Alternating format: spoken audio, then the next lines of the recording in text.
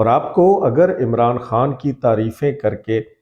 اربوں روپے کا فائدہ ہو رہا ہے تو آپ تو ضرور کریں گے. آپ دیکھیں نا کہ آج کل ہر ایک بندے نے، ہر ایک گانے والے نے گانے بنانے شروع کر دیے ہیں عمران خان کے حق میں. وہ ملکو کا گانا کیا آیا کہ اس کے بعد آپ کو کم از کم جو لوکل فنکار ہیں وہ سارے، کیونکہ ان کو پتہ ہے کہ اس پہ ہمیں ویلیں زیادہ ملیں گی. یہ جو مراسی ہیں ان کی اصلیت تو آپ کو بھی یہ راحت فتح علی خان والے واقعے سے محسوس ہوگی کہ شراب کی ایک بوتل تھی جو کہ اس کے مالک سے اس کے نوکر سے ضائع ہو گئی،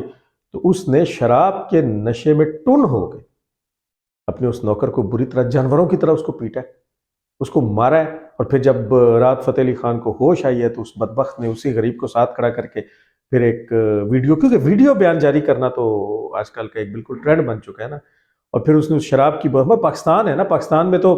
اگر شرجیل میمن کے کمرے میں سے شراب کی بوتلیں نکلیں تو وہ شہد کی بوتلیں کہلاتی ہیں.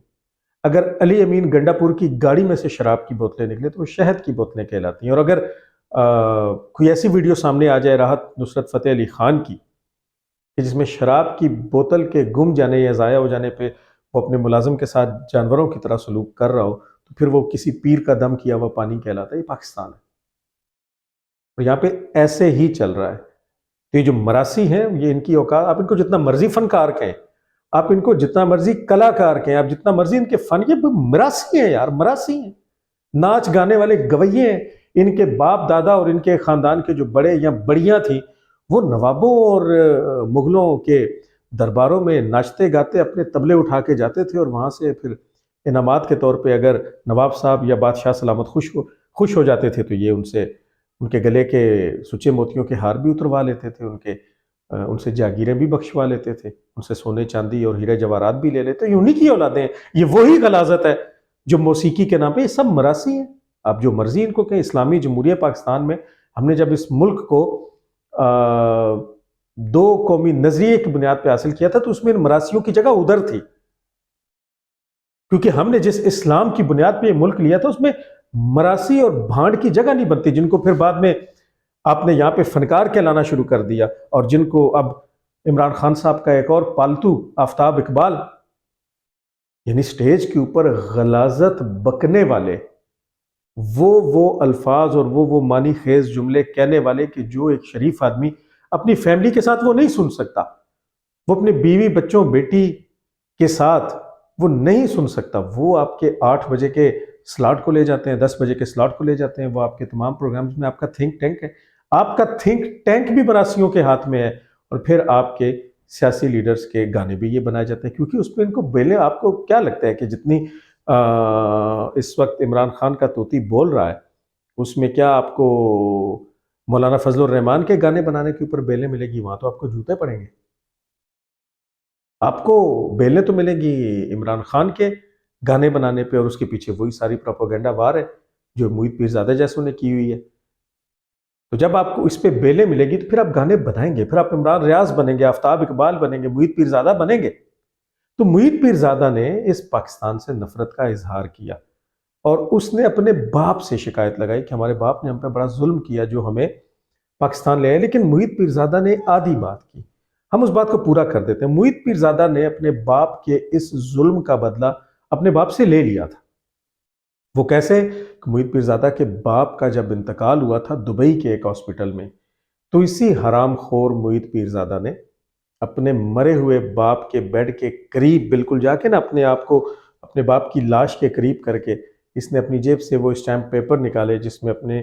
باپ کی تمام جائیداد کو اس نے ہتھیا لیا. اس نے مرے ہوئے باپ کے انگوٹھے لگا لیے تھے، اس اسٹیمپ پیپر پہ لگا لیے تھے. اور چونکہ وہ پاکستانی ہاسپٹل تو نہیں تھا، وہ تو دبئی کا ہاسپٹل تھا، کیمرہ کے اندر آ گیا تھا کہ ایک شخص جو ہے وہ ایک لاش کے پاس مشکوک حرکتیں کر رہے ہیں. انہوں نے اس کو گرفتار کر لیا. گرفتار کرنے کے بعد پھر پاکستانی جو ہمارے مگرمچھ ہیں، اور چونکہ اس وقت یہ اسٹیبلشمنٹ کی گود میں بیٹھا ہوا تھا تو اس نے وہاں سے جان چھڑائی. لیکن اس نے اپنے مرے ہوئے باپ سے بدلہ اس لیے لیا، اب بتایا کہ 1957 میں اس کے باپ نے اسے پاکستان لا کے ظلم کیا تھا، تو اس نے اس کی ساری کمائی ساری جائیداد مرے ہوئے باپ کے ہاتھ کے انگوٹھے لگوا کے ہتھیا لی. تو اب معید کے نام کے ساتھ پیر زادہ لگنا ہے یا کون سا زادہ لگنا ہے یہ آپ لوگ خود اپنے پاس سے لگا لیں. تو یہ ہیں بنیادی طور پہ وہ گندے انڈے کہ جو صرف اور صرف تحریک انصاف کو سامنے لانا چاہتے ہیں، اس کے علاوہ کسی کو نہیں لانا چاہتے۔ میں دوبارہ اس طرف آتا ہوں۔ پھر ایک دوسرا غلیظ کردار اسٹیبلشمنٹ کا پالتو، اسٹیبلشمنٹ نے اس کے گلے میں پٹا ڈال رکھا تھا، جیسے آپ اپنے پالتو کتے کے گلے میں پٹا ڈالتے ہیں۔ وجاہت سعید خان اسٹیبلشمنٹ کا، اس اسٹیبلشمنٹ کا جس کا سربراہ جنرل راحیل شریف تھا، پالتو کتا تھا، اور اس کتے کے گلے میں وہ جو پٹا تھا، اس پٹے کے ساتھ بندھی ہوئی جو زنجیر تھی وہ اسٹیبلشمنٹ کے ہاتھ میں تھی۔ تو اسٹیبلشمنٹ اس کو جب کھینچتی تھی تو پھر آپ کو دنیا ٹی وی کی سکرین کے اوپر ایک پروگرام چلتا تھا محاذ کے نام سے، جس کو وجاہت سعید خان کرتا تھا۔ اب چونکہ اس پالتو کتے کے گلے کے اندر میں اتنے سخت الفاظ کیوں یوز کر رہا ہوں، آپ کو آگے چل کے پتہ چلے گا۔ وہ جو زنجیر تھی اس کا سرا ان جرنیلوں کے ہاتھ میں تھا جو اس وقت کی اسٹیبلشمنٹ کے اندر موجود تھے اور اینٹی نواز شریف تھے۔ تو آپ کو وجاہت سعید خان پاکستان ایئر فورس کے اور پاکستان آرمی کے جہازوں اور ہیلی کاپٹروں میں سفر کرتا، حتیٰ کہ پاکستان کے وزیر اعظم ہاؤس کے باتھ روم کے اندر جا کے باتھ روم ٹب میں لیٹا ہوا ایک پروگرام کے اندر نظر آیا۔ لیکن پھر جب جنرل باجوہ کی حکومت آئی، یعنی جب جنرل باجوہ کے پاس کمان آئی، فوج کی کمان آئی، تو اس وقت جنرل باجوہ نے اس کتے کے گلے میں سے وہ پٹا اتار لیا۔ کیوں اتارا؟ اس وجہ سے اتارا کہ وہ اس کو پسند نہیں کرتے تھے۔ تو پھر یہ باہر چلا گیا اور اس نے پاکستان کے خلاف وہ بکواس کی کہ اب اس کا جو آخری ٹویٹ آیا ہے وہ آپ کو سوچنے پہ مجبور کرے گا۔ سیالکوٹ میں ایک جلسہ ہوا ہے جی میاں محمد نواز شریف صاحب کا، جس کے اندر خواجہ آصف بھی موجود، میاں شہباز شریف بھی موجود، مریم سیاسی ماحول ہے، الیکشن ہونے والے ہیں، ہر جماعت سیاسی ماحول میں جلسے کرتی ہے، جلوس نکالتی ہے، تو کر رہے ہیں، تو بس اسی روٹین کا حصہ تھا۔ وجاہت سعید خان کو اس پہ آگ ایسے لگی کہ وجاہت سعید خان نے ایک ٹویٹ کیا ہے کہ سیالکوٹ نے ہمیں صرف دو چیزیں دی ہیں، ایک تو فٹ بالز دی ہیں اور دوسرا ہمیں خواجہ آصف دیا ہے۔ اس سیالکوٹ کو 65 کی جنگ میں بھارت کے حوالے ہو جانا چاہیے تھا۔ آئی ریپیٹ، وجاہت سعید خان جیسے اسٹیبلشمنٹ اور اب تحریک انصاف کے پالتو کتے نے یہ کہا کہ پاکستان کے ایک صنعتی شہر، پاکستان کی جس کے جو بڑا مردم خیز ہے، جس نے 1965 کی جنگ میں اپنے جسموں کے اوپر بم باندھ کے دنیا کی دوسری بڑی ٹینکوں کی لڑائی کو جیتا تھا دوسری جنگ عظیم کے بعد، اور ان ٹینکوں کے نیچے شہید ہو جانے والے پاک فوج کی ان پاکیزہ روحوں، ان جوانوں جو اس وطن پہ قربان ہوئے تھے، ان کی قبریں وہیں چونڈا سیکٹر میں موجود ہیں، جن سے آج بھی خوشبو اٹھتی ہے۔ آپ جا کے دیکھیں۔ ہم نے اس سیالکوٹ کو بچایا تھا، اس دھرتی کے بیٹوں نے اس سیالکوٹ کو بچایا تھا، لیکن معید پیرزادہ جیسے غدار اور غداروں کی اولادیں اور وجاہت سعید خان جیسے غدار اور غداروں کی اولادیں وہ یہ کہتی ہیں جناب کہ 1965 کی جنگ میں سیالکوٹ کو بھارت کے حوالے ہو جانا چاہیے تھا، تاکہ اس میں سے خواجہ آصف اور فٹ بال جو ہیں وہ نہ نکلتے۔ اب بات یہ ہے کہ پورے ملک میں جلسے اور جلوس تو ہوتے ہیں، پچھلے انتخابات میں بھی ہوئے تھے، اور ہر پارٹی جو آپ دیکھ رہے ہیں کہ بلاول بھٹو جو ہے وہ پورے ملک کے اندر بلاول زرداری نواز شریف کے خلاف ایک کیمپین چلا رہا ہے۔ پھر آپ کو سراج الحق صاحب نواز شریف اور بلاول زرداری کے خلاف کیمپین چلاتے ہوئے نظر آتے ہیں۔ پھر آپ کو شیر افضل مروت اور ان جیسے جو کن ٹٹے اور ٹٹ پونجیے چند ایک بچ گئے ہیں باہر جو دندناتے پھرتے ہیں، وہ آپ کو ان تمام جماعتوں کے خلاف کیمپین چلاتے ہوئے نظر آتے ہیں، لیکن ایسا کبھی نہیں ہوا۔ یعنی ایسا تو کبھی نہیں ہوا کہ آپ نے دیکھا کہ تاریخ کے اندر چاہے اس کی وجہ کوئی بھی ہو، چاہے اس میں اسٹیبلشمنٹ کا ساتھ ہو، لوگوں کی اپنی محبت ہو، عمران خان نے پاکستان کی تاریخ کے بڑے بڑے جلسوں کو کنڈکٹ کیا ہے۔ مینار پاکستان کا جلسہ آپ کو یاد ہوگا، پھر پاکستان کے مختلف علاقوں میں عمران خان کے بڑے بڑے جلسے یہ آپ کو یاد ہوں گے۔ تو کیا آپ کو کوئی بھی ایسی جماعت یہ کہتی ہوئی نظر آئی، یا کوئی بھی ایسا صحافی، کسی صحافیوں کے تو انفارچونیٹلی مختلف جماعتوں سے تعلقات ہیں، تو آپ کو مختلف جماعتوں کے صحافی جو کہ اس وقت سے لے کر آج کے دن تک آپ کو پاکستان تحریک انصاف کے مخالف صحافی نظر آتے ہیں، کیا کسی کے منہ سے آپ نے یہ سنا کہ فار ایگزامپل عمران خان نے چونکہ لاہور میں جلسہ کیا ہے تو لاہور کو 65 کی جنگ میں بھارت کے حوالے ہو جانا چاہیے تھا، کیونکہ وہاں پہ نواز شریف کا جلسہ اتنا بڑا نہیں ہوا، یا چونکہ عمران خان نے لاڑکانہ میں یا بدین میں ایک جلسہ کیا ہے تو بدین کو 65 کی جنگ میں بھارت کے حوالے ہو جانا چاہیے تھا، کیونکہ وہاں پہ ہمارے بلاول زرداری یا آصف زرداری کا جلسہ اتنا بڑا نہیں ہو سکا۔ یہ کیا طریقہ ہے؟ یہ کیا ہے؟ یہ کچھ نہیں ہے، یہ آپ کے اندر کی خواہش ہے، یہ پی ٹی آئی کا اصل چہرہ ہے۔ ایک تو آپ نے 9 مئی کو دیکھا، 9 مئی کو وہ جو ایم ایم عالم کے جہاز کی ڈمی کو جلایا گیا، وہ جو کرنل شیر خان کے مجسمے کو توڑا گیا، وہ جو شہداء کی یادگاروں کے اوپر جو ان کے ناموں کے آگے رحمت اللہ علیہ لکھا ہوا تھا، ان کے اوپر جوتے اور ڈنڈے برسائے گئے، وہ کیا تھا؟ اگر فوج سے، اسٹیبلشمنٹ سے اتنی نفرت تھی تو جنرل باجوہ کے گھر کی طرف نکلتے، ثاقب ناصور کے گھر کی طرف جاتے، پتا تھا ان کو کہ کہاں پر جی ایچ کیو کے اوپر حملہ کیا تھا۔ وہ جو میں نے شروع میں بات کی نا کہ پاکستان کو جب بھی 2 لخت کیا ہے تو سازش نے کیا ہے، تو یہ اس سازش کا حصہ اور اس ڈرامے کے غلیظ کردار ہیں۔ محیط پیرزادہ کے پاس تو برٹش نیشنلٹی ہے، محیط پیرزادہ نے تو اپنے باپ کے اس حرکت کے اوپر لعنت بھیج دی کہ ہمارے باپ نے 1957 میں ہمیں پاکستان میں کیوں لایا، تو اس نے تو پاسپورٹ لے لیا، برٹش پاسپورٹ، امریکہ میں اس کا فلیٹ بھی ہے، برٹن میں بھی اس کا فلیٹ ہے، تو وہ تو یہاں سے دفع ہو گیا۔ تب ان کو کیا لگے کہ وہ یہاں ہم پہ چھوڑ دیں؟ ہم پاکستانی ہیں، محب وطن ہیں، ہم ضروری تو نہیں کہ جو عمران خان سے محبت نہ کرتا ہو وہ نواز شریف ہی سے محبت کرتا ہو، یا جو نواز شریف سے محبت نہ کرتا ہو وہ بلاول زرداری سے ہی محبت کرتا ہو۔ لوگ نیوٹرل بھی تو ہو سکتے ہیں، کچھ ایسے بھی تو ہم جیسے ہو سکتے ہیں کہ جو ہر ایک پہ تنقید کریں اور انہیں کوئی بھی اس لیول کا نظر نہ آئے کہ جس لیول کا حکمران ہونا چاہیے۔ لیکن آپ عمران خان کے اوپر تنقید کو نواز شریف کا بندہ سمجھتے ہیں، نواز شریف کے اوپر تنقید کو عمران خان کا بندہ سمجھتے ہیں، اور اب حد یہ ہو چکی ہے کہ اگر کسی شہر کے اندر نواز شریف جلسہ کرتا ہے تو آپ اس شہر کو بھارت کے حوالے کر دینے کی بات کرتے ہیں۔ وہ عمران خان تو خواجہ آصف کو کہتا تھا کہ یہ تمہارے باپ کا پیسہ نہیں ہے، تو کیا یہ وجاہت سعید خان یا محیط پیرزادہ کے باپ کا ملک ہے؟ کیا ان کی ماؤں کے جہیز میں یہ جاگیر آئی ہوئی ہے؟ ان کی ماؤں کے جہیز میں نہیں آئی ہوئی، یہ پاکستان ہے جو کہ بڑی قربانیوں کے بعد آسا، سیالکوٹ۔ اور پھر حامد میر جیسے لوگ، یعنی کہ ملک ریاض کا پیسہ کھا کے، ملک ریاض کی تھپکی لے کے اب وہ کیمپین کرتے پھر رہے ہیں اسی طریقے انصاف کی۔ ان کو نظر نہیں آتا کہ یہ جو صنم جاوید تھی، اس کی حرکتیں کیا تھی، اور اس کی غلیظ زبان ایسے تھی کہ جیسے کسی بدماش کی ہوتی ہے، بدماش عورتیں، وہ والی زبان۔ اب یہ کہا جا رہا ہے کہ نہیں، اس کو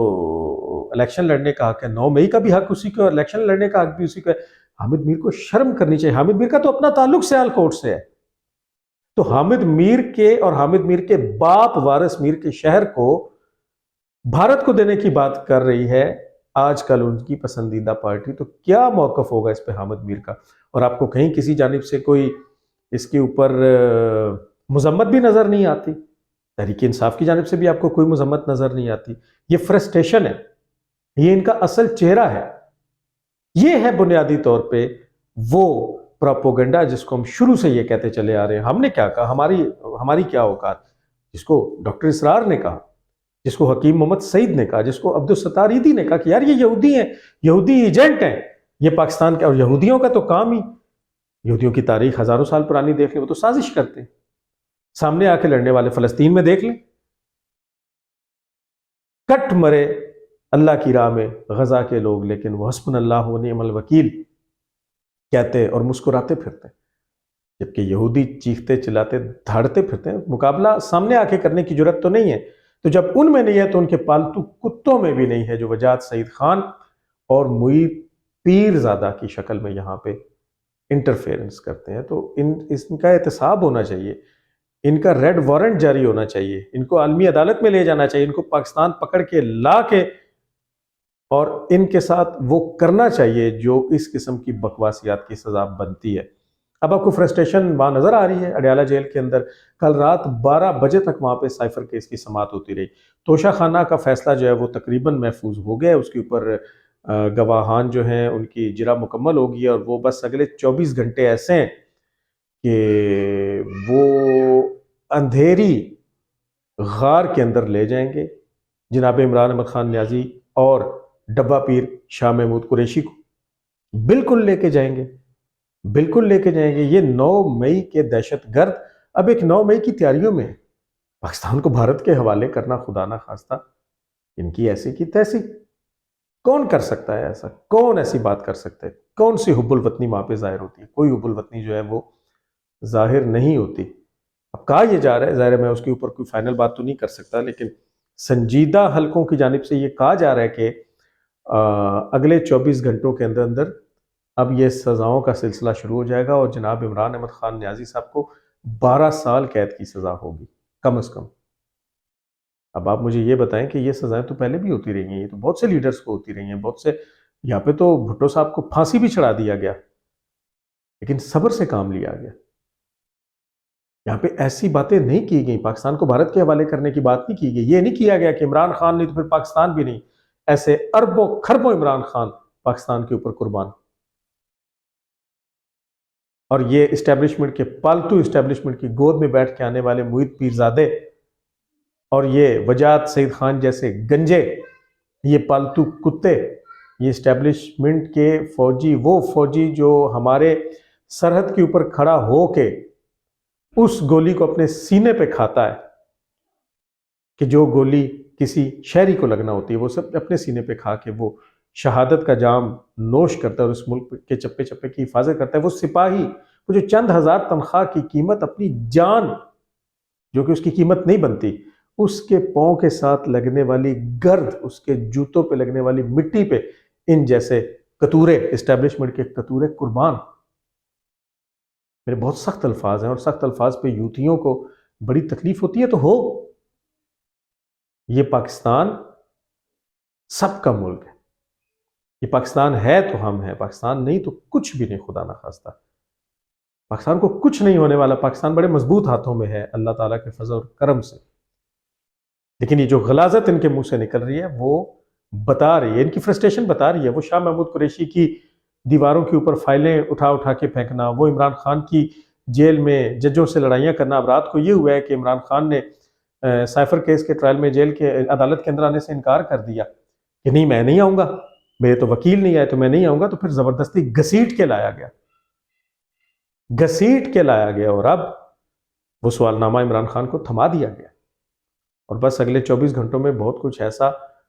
ہو رہا ہے جو اس کو بہرحال نہیں ہونا چاہیے، سیاست دانوں کو اس طرح سے نہیں کرنا چاہیے، لیکن سیاست دانوں کو خود بھی اپنے گریبان میں جھانکنا چاہیے کہ وہ اگر لیڈرز ہیں تو پھر لیڈرشپ کیا ہوتی ہے۔ تو آنے والے جو چند گھنٹے ہیں جی وہ بڑے اہم ہیں، جس میں بڑے بڑے فیصلے جو ہیں وہ ہونے جا رہے ہیں۔ آپ لوگوں کو اب اس بات کو سوچ لینا ہے کہ چلیں پی ٹی آئی کے یوتھیوں کی یہ بات اگر مانی جائے کہ 9 مئی تو فوج نے کروایا تھا، پی ٹی آئی والے تو سارے معصوم ہیں، تو پھر یہ جو وجاہت سعید خان کی بکواسیات ہے اور جو محیط پیرزادہ کی ہے اور یہ جتنا کچھ ہو رہا ہے، کیا یہ بھی فوج کروا رہی ہے؟ کیا فوج نے کہا ہے وجاہت سعید خان کو کہ یار سیالکوٹ جو ہے وہ 65 کی جنگ میں بھارت کو دے دینا چاہیے تھا؟ یہ جو بکواس محیط پیرزادے نے کی ہے وہ کیا فوج نے کی ہے؟ نہیں، یہ وہ پراپوگنڈا ہے جس کا اب خاتمہ ہونے جا رہا ہے۔ یہ جو ظلم کی سیاہ رات ہے جس میں اس ملک کو کچھ ڈیلیور نہیں کیا گیا تھا، یہاں پہ مہنگائی کا طوفان مچایا گیا، اور اتنی چالاکی سے پچھلے 16 مہینوں کی جو مخلوط حکومت تھی، جو کہ ایک ڈمی حکومت تھی، جو نہیں لینی چاہیے تھی شہباز شریف کو، اس کے اوپر ڈال کے اپنے 4 سال جو ہیں ان کی مٹی جھاڑنے کی کوشش کی جا رہی ہے۔ یہ اس سارے پراپوگنڈے کا خاتمہ ہے، اور اس طرح کی جو باتیں ہیں جس میں یہ اس طرح کی بکواس کرتے ہیں اور پاکستان کے خلاف چلتے ہیں، تو پھر ہر محب وطن پاکستانی کہتا ہے کہ ان کے ساتھ وہی ہونا چاہیے جو ان کے ساتھ ہو رہا ہے۔ اگلی ویڈیو میں انشاءاللہ آپ سے دوبارہ ملاقات ہوگی۔